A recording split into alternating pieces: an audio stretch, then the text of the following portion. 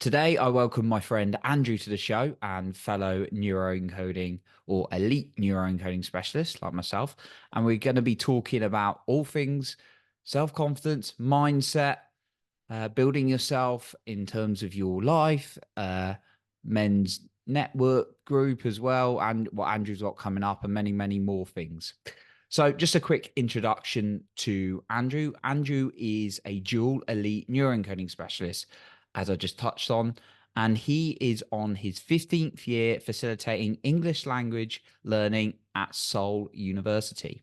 And most recently, he's founded the Extraordinary Men's Network Facebook group. So, welcome to the show today, Andrew. Glad we could make this happen and have you here. So, yeah, it'd be really interesting to hear a little bit about what your drive was to start this men's group, this Extraordinary Men's group. And yeah, tell us a little bit about that.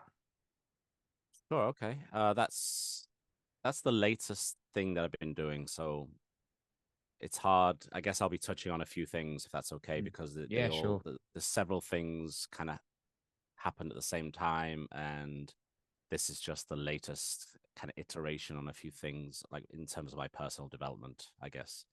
But it was born out of a realization that for me to become the man I have, the man I'm becoming. I'm very much a work in progress, like we all are, I think. Yeah, sure. But for me to get to where I am, I needed a community around me. Mm, I needed support.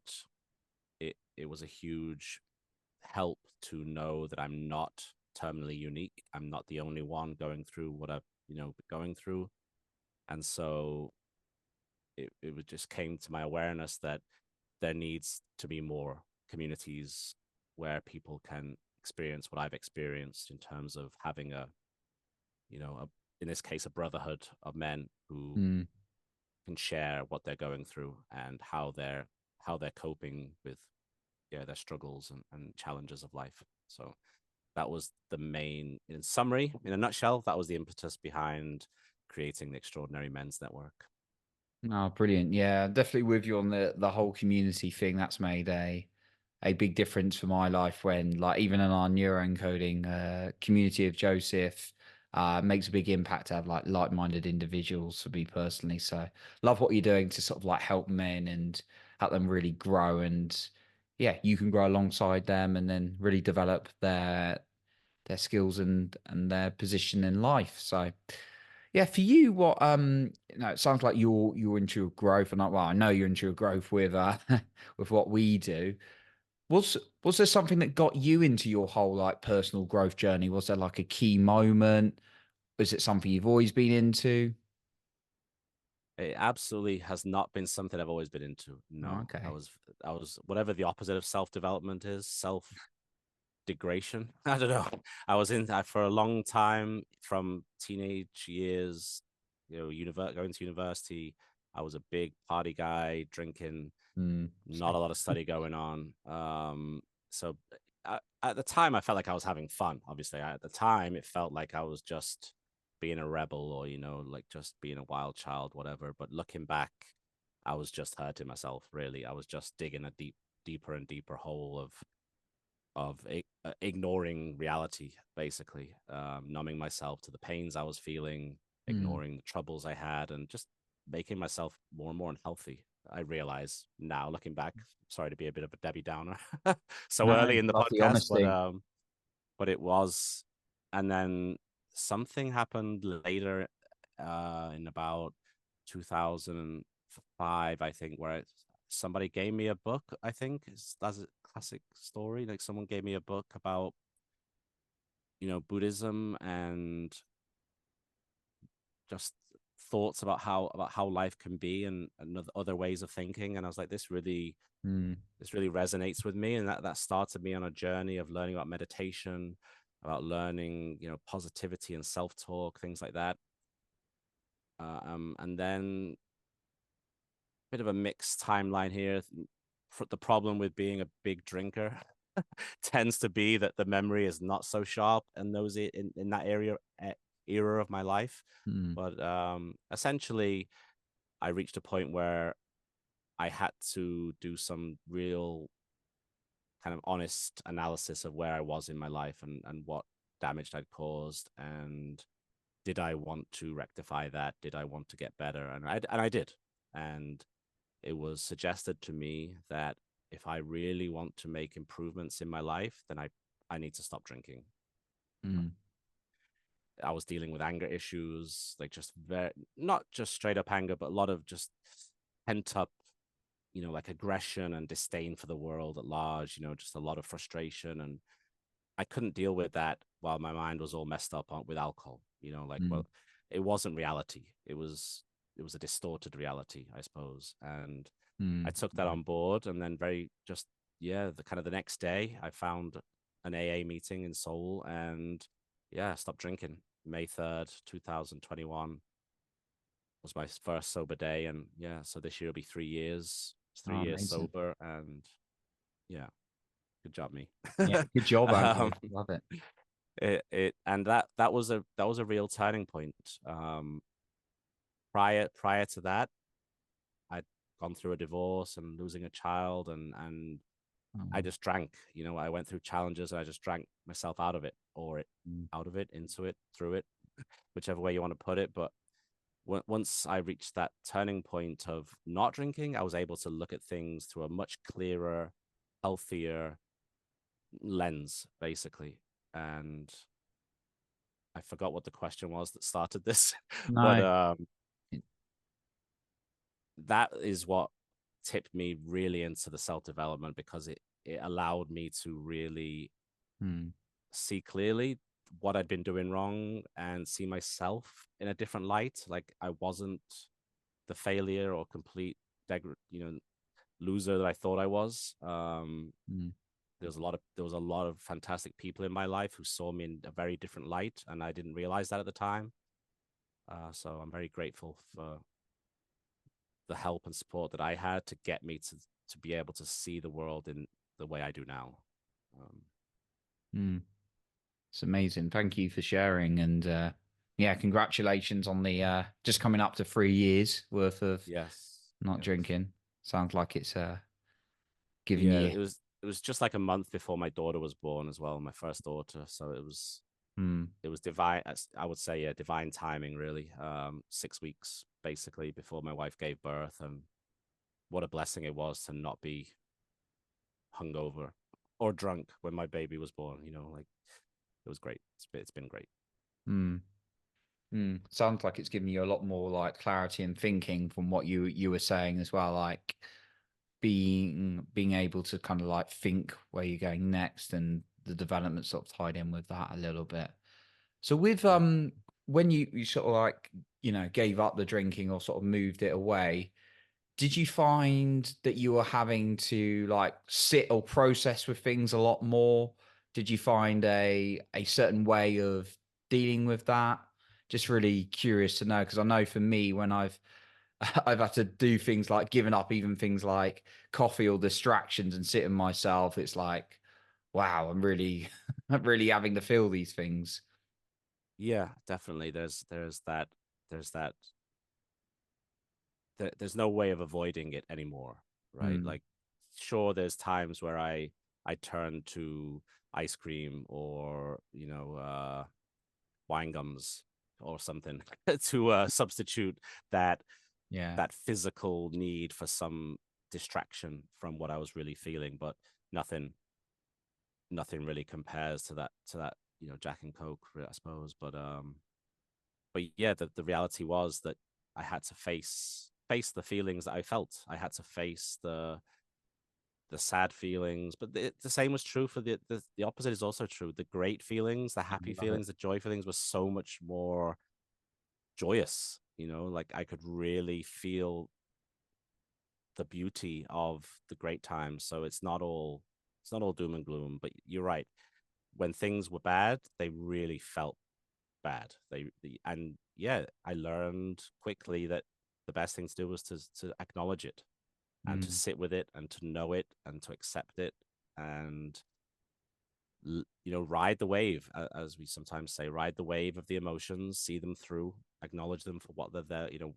Our feelings are there for a reason, to tell us something, that they're signposts to something that maybe needs to be improved. something that needs to be changed, something that's maybe something you're doing to yourself that's not healthy or serving you.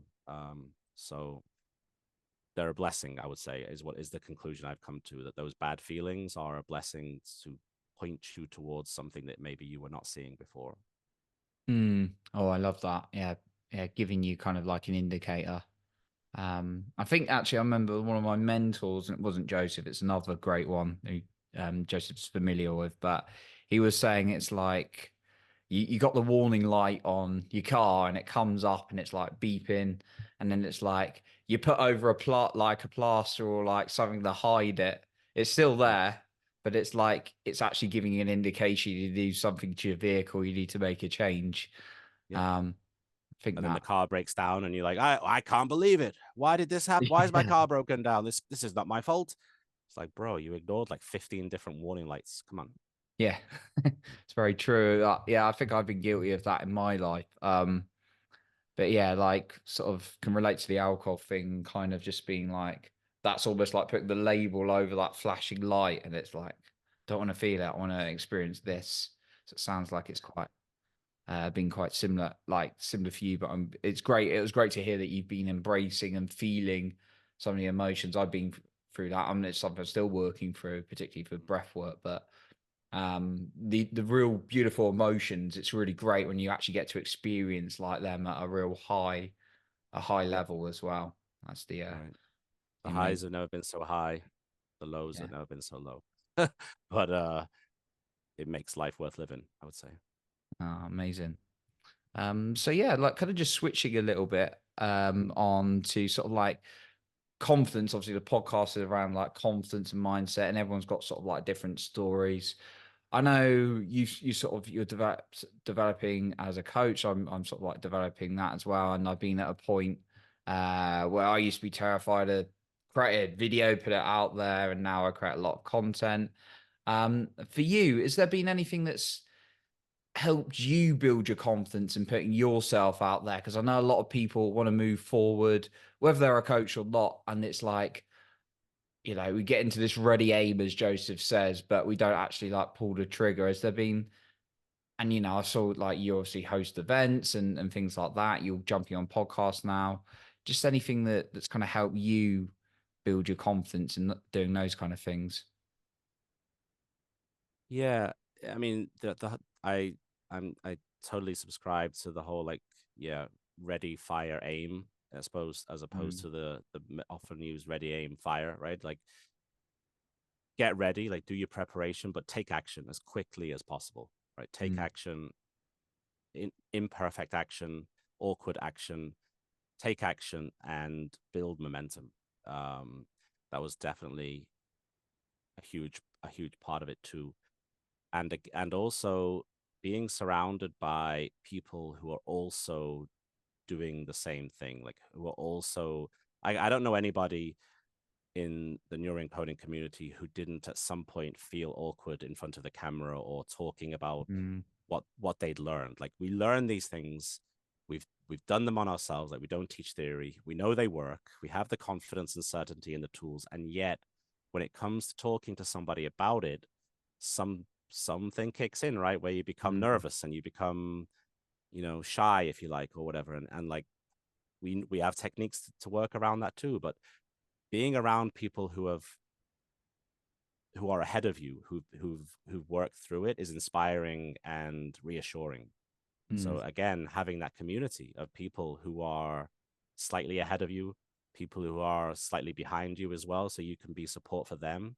mm, It's really helpful to know like you're not alone and it's possible, because sometimes it feels like you're like, I don't know how people did it when they were finding the new world, and they really were the trailblazers, because that's a whole new level of self-certainty and self-confidence. I'm like, as I said, a work in progress. It's helped me immensely to have support from amazing people that people you've interviewed, like mm. Cindy Gould, for example, Yeah. to give me, if I don't have the confidence or the certainty, I borrow theirs, right? Like Mm, they say, if you don't see what I see, borrow my glasses until you do, right? And Oh, I I love think that. I Good think about that reminder. all the time, all the time. Like people see me as a confident guy. People see me as somebody with a lot of self certainty, and I don't necessarily see myself as that. You know, when I see my like even now looking at you, that's not necessarily who I see, but that is what people tell me. So yeah, I put that on like a suit. Like I get ready and I put on that suit of confidence and self certainty, and yeah, say it say it until you see it, until you believe it. So Mm, I love it's that.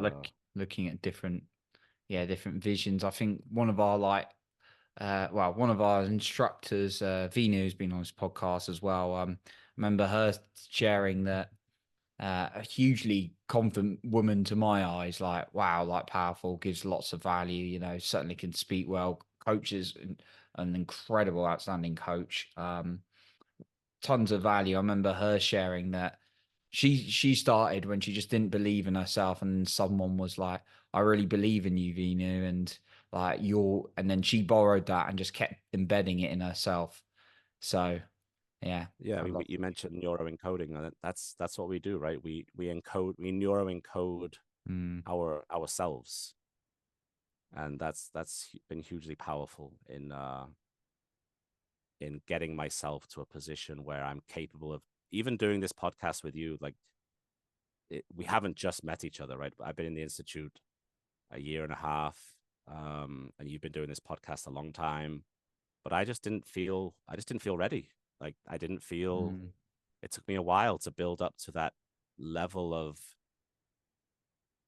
like my skills haven't necessarily developed that much in the last 6 months.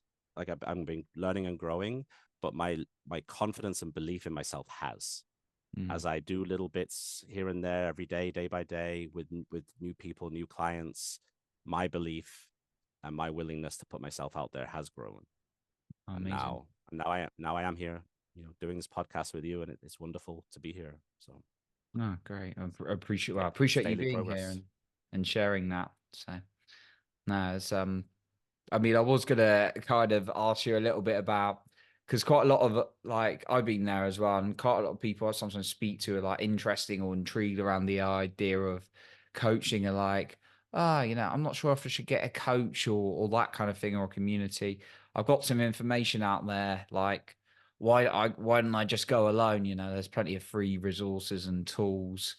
Um, but yeah, like, in your view, would you have any thoughts on that? Any views on going alone versus having a community? I think you've touched on a few points. Yeah, I mean, absolutely. I am pro community, and as a men's mindset life coach, Mm, I'm very pro having a coach. mm, But mainly because I've had a coach, I've needed a coach, and I don't mm, know anybody who's had like great success or overcome mm, great challenges who hasn't had a mentor or a coach. mm, There are very few, and anyone who says I'm a self-made blank, right? A self-made man. I don't think it truly exists because everybody gets help from somebody. Everyone stands on the shoulders of mm, somebody else. So if and our mentor Joseph talks about going further faster. So you could go it alone and you could achieve what you want to achieve, in 20 years, yeah. or you could have mentors or coaches who know how to get you there faster or who have already achieved it and can show you the recipe and you could achieve it in 1 year or instead. So turn years into days or decades into weeks, whatever. It's how Tony Robbins says it. I don't know, but go further faster with a coach for sure. Like there's so much benefit from the wisdom of people who have already been there before you. Mm. Yeah, I totally So agree with that. I can't get time back either. So no, it's you can't get time back. And if you go there alone, you're pretty much guaranteed to waste time too. Not only will it be mm, slower, but you can avoid the pitfalls. Like people have been there before. People have made the mistakes for you. Like how cool is that? That you don't have to make the mistakes that they made because they'll show you, they'll tell you. Like there's a hole there. Don't oh yeah, I'll avoid that. And you can go there, get there faster. So yeah, beautiful. definitely pro. You're pro, yeah, pro for it. And that's Pro just always coaching. interesting to hear people's views. And don't think I've ever asked anyone who said, "Oh no, I think you should go alone." But again, it's all views. So yeah, Yeah, I mean, thanks. there's pride There's in pride, I guess. being Yeah. doing it on your own, and in certain ways, even if you have a coach, like people who I coach, from one perspective, they are going it alone when I'm not there, right? They are on their own and they have to do the work, but they have the support and they have the accountability of their coach. Mm, So completely going it alone, it's scary. It's slow. It's not ideal. I think when you have a world of people out there who love to help and serve, yeah, reach out to them out. That would be my advice. mm. It's yeah, it's and having communities around is an amazing thing as well. So yeah, Andrew, just kind of as we kind of like uh come to the end of our conversation, I just want to ask you, this is something I like to ask guests, but maybe it's something we've talked about already today, but what would be your number one confidence tip that you would share with the listener today? Again, maybe it's something we've talked about in this episode, or maybe it's something else that you've got in mind. My number one confidence tip. Yeah.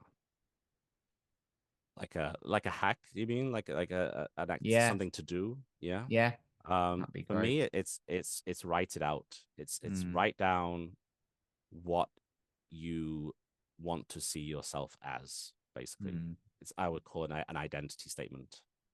I was trying to find the quote that I wanted to say earlier about um becoming who you are, but Chris Gardner said, "Speak what you seek until you see what you said," and that's what has really helped me.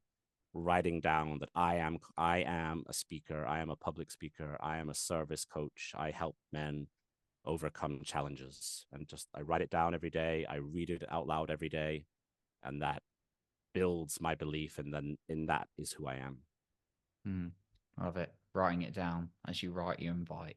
As you write what you invite, as yeah, that's right, Ah, exactly. Say it, believe it, see it. Yeah, say beautiful. it, see it, move it, prove it. S- See it, say it, move it, prove it. Yeah, love that That's poem right. or sort of poem. So, Andrew, thanks so much for everything you shared. There's obviously a ton more value that I know you offer.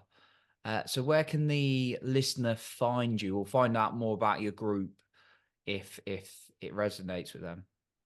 Yeah. So as a shout out to all men who are listening, I know you have a very varied listening group. Mm, But for the men, I do have my Extraordinary Men's Network, which you can find on Facebook if you just search mm, for Extraordinary Men's Network, and all men are welcome there. I would love to interview you, and I know that every guy has a story to share. No guy has gone through life on as a bed of roses. Everyone's come through a challenge, and every guy benefits by hearing another guy speak. So if that's something you're interested in, I'd love to hear your story, or just Andrew Houghton. Name is there. I'm sure it'll be on the podcast. There's a yeah, few other Andrew Hortons, but yeah, Andrew Horton or OG Coach is my coaching name. Ordinary Guy Coach. That can also be a way of finding me too. But awesome. basically, my Facebook profile. Yeah, Yeah, sure. We'll be sure to link your group up and your Facebook profile as well in case um thank or you. anything Yep. else you want to include. So we'll, yeah, definitely. If you're a man, check out Andrew's Extraordinary Men's Network. So Andrew, once again, a massive thank you for coming on today. Thank you, Johnny. Thank you for the invitation, and thank you for what you do with serving such wonderful content on such a regular basis. It's amazing how much value you add to the world, and I'm very grateful for it. Thank you. I appreciate you saying that.